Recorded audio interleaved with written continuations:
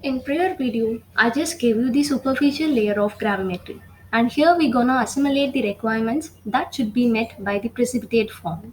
The first one is large particle size so that it retains on the filter paper. It must be a pure compound that is free from impurities. Third one is low solubility. Last but not the least, air stable. That means when it is exposed to air, it must be unreactive.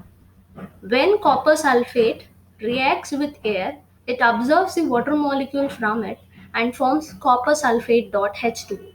This condition is not appreciated over here. In precipitation gravimetry, we have got an analyte solution. While preparing it, we must be more concerned about its volume, concentration range, pH, temperature, and more other desirable characters. And we do convert it into a sparingly soluble precipitate by adding suitable agent because we want something that's to be easy to filter and wash. Obviously, that is a precipitate, right? If the precipitate is much tinier, it slips through the filter paper. No, that's not a fair thing here because we want a less soluble thing. Basically, there are two types of precipitate. The first one is crystalline precipitate and colloidal precipitate.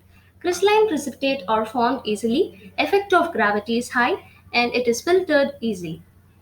In contrast to crystalline precipitate, colloidal precipitate are not formed much easily. The effect of gravity is low, therefore the filtration process is much difficult here. In addition to this, it have got a very unique feature, that is these colloids or the colloidal precipitate are charged particle and they do repel each other. To minimize this charge-charge repulsion, we do coagulation. Coagulation gives us a filterable mass. This can be done in two ways. First one is by heating and stirring. Number two is addition of electrolyte. Okay, when the colloids runs into the solution, there will be some repulsion. This is due to light charges repel each other. When we add some electrolyte to this, like sodium chloride, it attracts. What you will observe is you will find a large clump, something like this.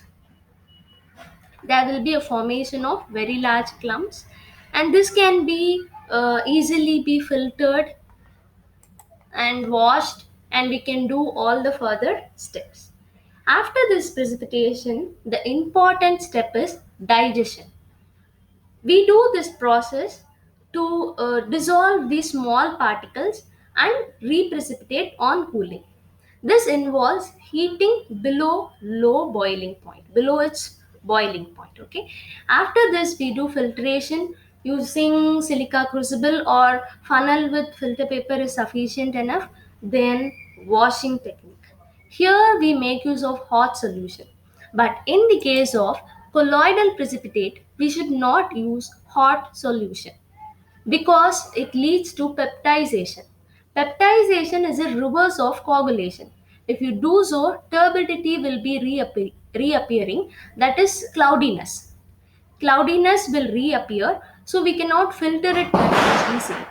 Okay, and then after washing, for washing this colloidal precipitate, we can, instead of this hot solution, we can make use of nitric acid, dilute ammonium nitrate, acetic acid, all those things we can use.